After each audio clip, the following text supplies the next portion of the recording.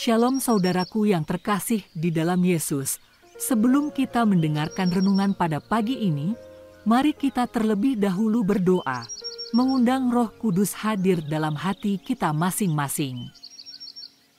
Bapa yang baik, pada pagi yang indah ini, kami bersyukur atas cinta dan anugerah-Mu yang tak terbatas. Terima kasih atas kesempatan untuk kami boleh bangun kembali dan menyaksikan keindahan ciptaan-Mu pada pagi ini.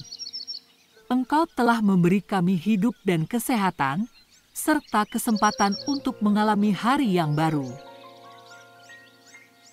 Di pagi ini, kami memohon kepadamu, hadirilah setiap langkah kami. Berikanlah hikmat-Mu agar kami dapat membuat keputusan yang bijaksana dan berpegang teguh pada kebenaran-Mu. Bimbinglah hati kami untuk memahami rencana-Mu yang sempurna bagi hidup kami. Ya Tuhan, dalam kesibukan hari ini, bantulah kami untuk tidak terpengaruh oleh kegelisahan dan ketakutan. Berilah kami ketenangan dan kepercayaan penuh bahwa Engkau senantiasa berada di samping kami, menguatkan dan melindungi kami dalam setiap situasi. Biarlah pagi ini menjadi permulaan yang baru bagi hidup kami, di mana kami dapat melayani sesama dengan kasih dan kemurahan hati-Mu. Jadikan kami alat-Mu untuk menyebarkan kasih-Mu kepada mereka yang membutuhkan. Bantulah kami untuk menjadi saksi cinta-Mu melalui kata-kata dan tindakan kami. Terima kasih Tuhan, karena Engkau selalu mendengarkan doa-doa kami. Di dalam nama Yesus kami sudah berdoa dan bersyukur. Haleluya. Amin.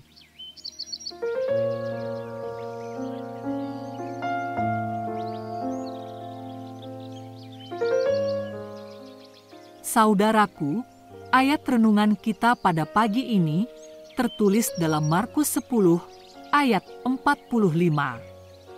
Demikian firman Tuhan.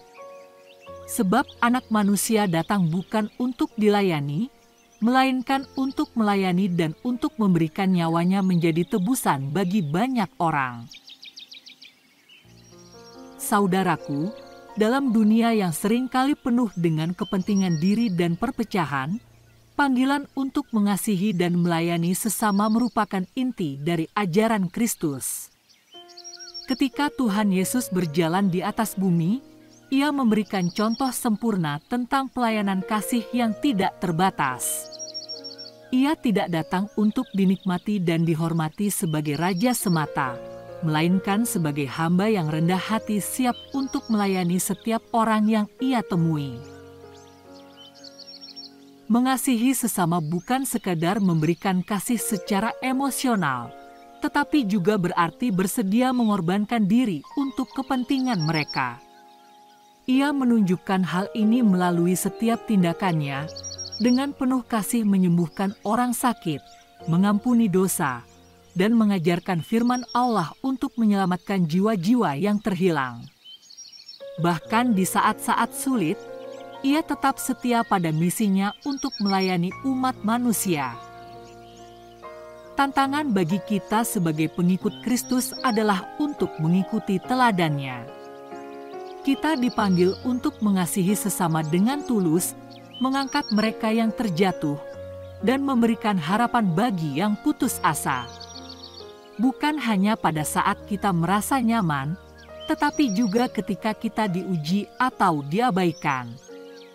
Mengasihi sesama bukan sesuatu yang mudah, tetapi dengan Kristus yang menguatkan kita dapat melakukan segala sesuatu melalui Dia yang memberi kekuatan kepada kita. Satu-satunya cara untuk mengasihi adalah dengan melayani. Dan satu-satunya cara untuk melayani yang sejati adalah dengan mengasihi.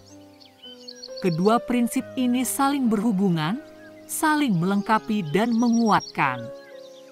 Ketika kita mengasihi sesama, kita akan dengan sukacita melayani mereka tanpa pamrih. Sebaliknya, ketika kita melayani sesama, kita menyatakan kasih kita pada mereka melalui tindakan konkret. Saudaraku, dalam sebuah kota kecil, tinggallah seorang wanita tua bernama Maria. Ia sudah berusia lanjut dan tinggal sendirian di rumah kecil yang sederhana. Meskipun hidupnya terbatas oleh usia dan kesehatannya, dia selalu terlihat ceria dan penuh kasih. Setiap hari, Maria membawa beberapa kotak makanan dan pergi ke tempat penampungan untuk tunawisma di kota itu. Dia akan berjalan dengan langkah pelan dan berhenti untuk berbicara dengan setiap orang yang dia temui di jalan. Maria mengenal mereka dengan nama, mendengarkan kisah mereka, dan berdoa bersama mereka. Tidak hanya memberikan makanan, Maria juga membantu mencuci pakaian dan membereskan tempat tidur untuk mereka. Ia mengajarkan beberapa anak tunawisma membaca dan menulis, memberikan harapan bahwa mereka bisa memiliki masa depan yang lebih baik. Suatu hari, seorang wanita muda yang terlunta-lunta ditemukan duduk di tepi jalan, menangis tanpa henti. Tanpa ragu, Maria mendekatinya dan duduk di sampingnya. Tanpa bertanya, Maria menggenggam erat tangan wanita muda itu dan hanya mendengarkan dengan penuh perhatian. Wanita muda itu akhirnya menceritakan kisah tragis di balik keputusasaan-nya. Maria dengan penuh kasih menghibur dan memberikan nasihat bijaksana. Setiap hari, Maria mengunjungi wanita muda itu dan membantunya mengatasi masalahnya. Dia menjadi sosok seperti nenek bagi wanita muda itu, memberikan dukungan dan kasih sayang yang tulus. Melalui perhatian dan pelayanan Maria, wanita muda itu akhirnya mendapatkan kepercayaan diri dan kekuatan untuk bangkit dari kegelapan masa lalunya. Dia menemukan pekerjaan dan mulai membangun hidup yang lebih baik. Maria adalah contoh nyata tentang bagaimana mengasihi dan melayani sesama. Walaupun usianya sudah lanjut dan keterbatasannya fisik, dia tidak pernah berhenti memberikan kasih dan melayani dengan sukacita. Kehadirannya yang sederhana memberikan harapan dan perubahan yang besar bagi orang-orang yang dia layani. Kisah Maria mengajarkan kita bahwa tidak ada usia, status, atau keterbatasan yang bisa menghalangi kita untuk mengasihi dan melayani sesama dengan tulus. Saudaraku, mengasihi dan melayani sesama bukanlah sekedar tugas sosial atau perbuatan baik yang bersifat sesaat. Ini adalah panggilan yang mendalam dan rohaniah bagi setiap pengikut Kristus. Ketika kita mengasihi dan melayani sesama, kita merefleksikan kasih Allah kepada dunia ini. Kasih adalah bahasa universal yang dapat menyembuhkan luka hati, menyatukan perbedaan, dan memberikan harapan di tengah kegelapan. Saat kita memberikan kasih dengan tulus kepada sesama, kita menjadi perpanjangan tangan Tuhan di dunia ini. Setiap tindakan kecil yang kita lakukan dengan penuh kasih memiliki dampak besar bagi orang lain. Saudaraku, jangan pernah meremehkan kekuatan sebuah senyuman, kata-kata penyemangat, atau uluran tangan untuk membantu. Melalui tindakan-tindakan tersebut, kita dapat menjadi saluran berkat bagi banyak orang di sekitar kita. Mengasihi dan melayani sesama juga membawa berkat bagi diri kita sendiri. Ketika kita berinvestasi dalam kehidupan orang lain, kita juga tumbuh dalam kedewasaan dan penuh belas kasih. Pelayanan kasih memperluas hati kita, membuat kita lebih peka terhadap kebutuhan orang lain, dan mengasah karakter kita untuk menjadi semakin seperti Kristus. Ingatlah pesan Kristus dalam Markus 10 ayat 45, bahwa Anak Manusia datang bukan untuk dilayani, melainkan untuk melayani dan memberikan nyawanya menjadi tebusan bagi banyak orang. jika Tuhan Yesus sebagai Raja seluruh dunia tidak ragu untuk melayani, berarti kita sebagai pengikutnya pun harus siap untuk melayani dengan sukacita.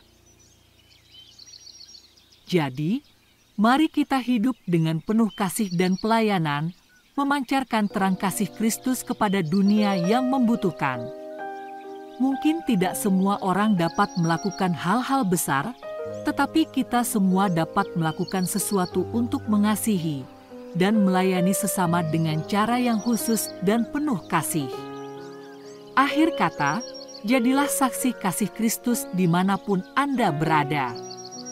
Mari bergandengan tangan dalam kasih dan pelayanan, memberikan cahaya di tengah dunia yang kadang gelap ini. Dengan mengasihi dan melayani sesama, kita dapat meresapi makna sejati kehidupan dan menjadi berkat bagi banyak orang. Amin.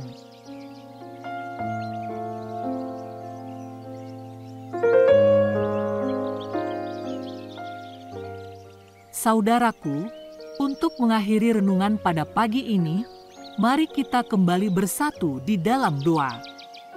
Bapa yang baik, terima kasih untuk firman-Mu pada pagi ini yang telah menguatkan kami. Biarlah firman ini akan selalu bertumbuh dalam hidup kami setiap pagi, sehingga kami akan semakin dekat hanya pada-Mu saja. Memberkati untuk saudara-saudara kami dimanapun mereka berada pada pagi ini, berkati mereka dalam segala aspek kehidupan mereka. Memberkati mereka dalam pekerjaan, dalam pergumulan, baik mereka yang sedang sakit, kiranya Tuhan yang akan memulihkan mereka. Terima kasih Tuhan untuk kebaikan-Mu. Kami mau serahkan hidup kami ke dalam tangan-Mu, biarlah Roh Kudus-Mu yang senantiasa menuntun kami pada hari ini. Ampuni kami dari segala dosa kami, agar kami layak menerima berkat-Mu. Di dalam nama Yesus kami sudah berdoa dan bersyukur. Haleluya. Amin.